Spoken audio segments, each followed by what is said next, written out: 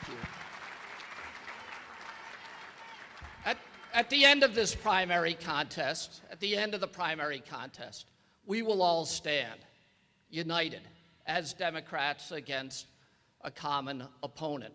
And even as we battle each other from now to March, there will be moments like Charlottesville, Virginia, where we'll pause for a moment and we'll stand not just as Democrats, but much more importantly, we'll stand together as Americans.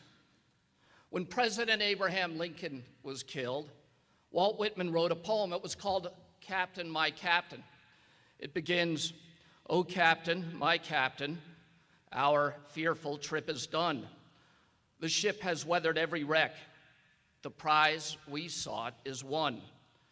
Whitman's poem, it was a metaphor for Lincoln's life, and most importantly, his death, which comes right as he is about to achieve victory on the battlefields during the Civil War.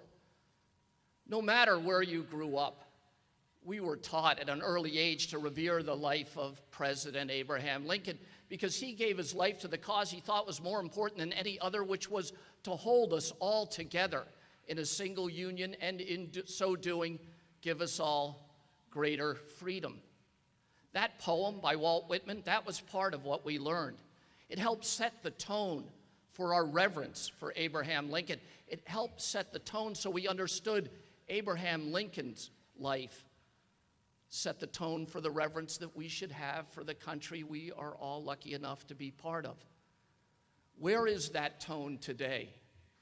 Where is that reverence today? In Charlottesville, Virginia, the people there, among themselves, collectively they decide to take down a statue of Robert E. Lee. And outsiders come in, white supremacists, neo-Nazis, they come in to intimidate, in essence, to terrorize those people into changing their mind. A young woman is killed, 2 police officers are killed, and trying to keep calm in the community they love. What does the President of the United States do? Does he go there to provide comfort to the grieving families? No, he retreats to New York City to his condo atop Trump Tower, and he gives a press conference. He provides no comfort to those grieving families. Instead, he provides comfort and encouragement to the extremists and the domestic terrorists in our country. And then he has the nerve to ask, well, where does it end? We take down one statue, where does it end? I'll tell you where it ends.